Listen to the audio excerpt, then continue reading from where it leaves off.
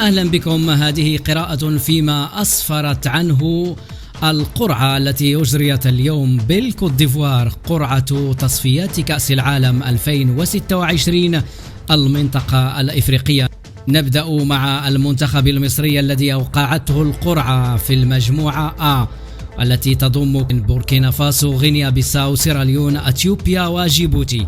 مجموعة مصر تعتبر نسبيا متكافئة، فالمنتخب المصري مرشح للظفر ببطاقة التأهل في هذه المجموعة، بالرغم من أن بوركينا فاسو سوف يبقى منافسا قويا لمصر. المنتخب الجزائري يتواجد في المجموعة جي والتي تعتبر نسبيا سهلة، مع كل من غينيا، أوغندا، موزمبيق، بوتسوانا والصومال. الجزائر لديها حظوظ في بلوغ نهائيات كأس العالم 2026 في هذه المجموعة.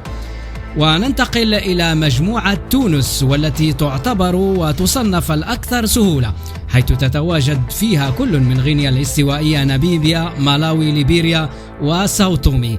وكما جرت العادة فتونس لقبت بذات الحظ، أوقعتها في مجموعة سهلة نسبيا. المنتخب التونسي تبقى بطاقة العبور بين يديها. فيما يتواجد المغرب في المجموعة E والتي تضم منافسا شرسا هو زامبيا وأيضا الكونغو، ثم تنزانيا والنيجر وإريتريا. المغرب سوف يكون مجبرا على أن يتغلب أو يقهر منتخبات كزامبيا والكونغو، خصوصا زامبيا التي هي مرشحة بأن تنافس المغرب بشراسة على بطاقة هذه المجموعة. لكن في الأخير تبقى حظوظ المغرب قائمة في هذه المجموعة بحكم المستويات العالية التي قدمها المغرب في كأس العالم الأخيرة والتي بلغ فيها نصف النهائية.